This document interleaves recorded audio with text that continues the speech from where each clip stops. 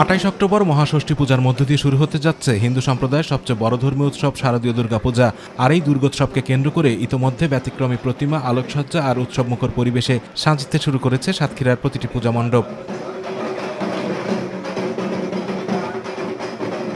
তবে এবছর ভক্ত ও দর্শনার্থীদের মধ্যে বাড়তি আগ্রহ সৃষ্টি করতে সাতক্ষীরা সদরের ব্রহ্মরপুর শ্রী শ্রী সার্বজনীন পূজা মণ্ডপে তৈরি করা হয়েছে চীনাগুড়া ধানের প্রতিমা, যা ইতোমধ্যে দর্শনার্থীদের জন্য উন্মুক্ত করে দেওয়া হয়েছে।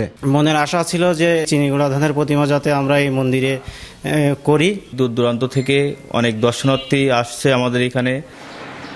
এছাড়াও সাতক্ষীরার কলারোয়ায় পাট দিয়ে প্রথমবারের মতো নির্মাণ করা হয়েছে ব্যতিক্রমী প্রতিমা। প্রথমে বাঁশের একটা ফ্রেম তৈরি করা হয়, তারপরে মাটি দিয়ে হয়, তারপরে ওই আটা দিয়ে এই পাটগুলো সব বসাই দিয়েছে। পার্শ্ববর্তী আমাদের হলো বিভিন্ন জায়গা থেকে আমাদের দর্শনার্থীরা আসা শুরু হয়ে গেছে, এখানে দেখি তারাও অনেক ভালো বলছে। এসব প্রতিমা দেখতে প্রতিদিন পূজা মণ্ডপে ভিড় জমাচ্ছে দর্শনার্থীরা। চীনাগুড়া ধানের প্রতিমা করা হয়েছে, এ কারণে আমি শুনে দেখতে আসলাম।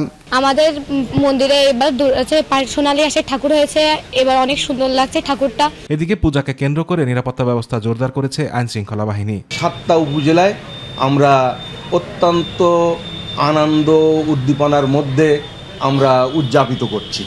আমরা জেলা পুলিশ সাতক্ষীরার পক্ষ থেকে সর্বপ্রকার নিরাপত্তামূলক ব্যবস্থা গ্রহণ করেছি। এবছর সাতক্ষীরা জেলায় 591টি পূজা মণ্ডপে শারদীয় দুর্গোৎসব অনুষ্ঠিত হবে। ধর্ম বর্ণ নির্বিশেষে সকল শ্রেণী পেশার মানুষ একসাথে এই দুর্গোৎসব পালন করবেন, এমন প্রত্যাশা সকলের। আতিকুর রহমান তিতাস, মাই টিভি।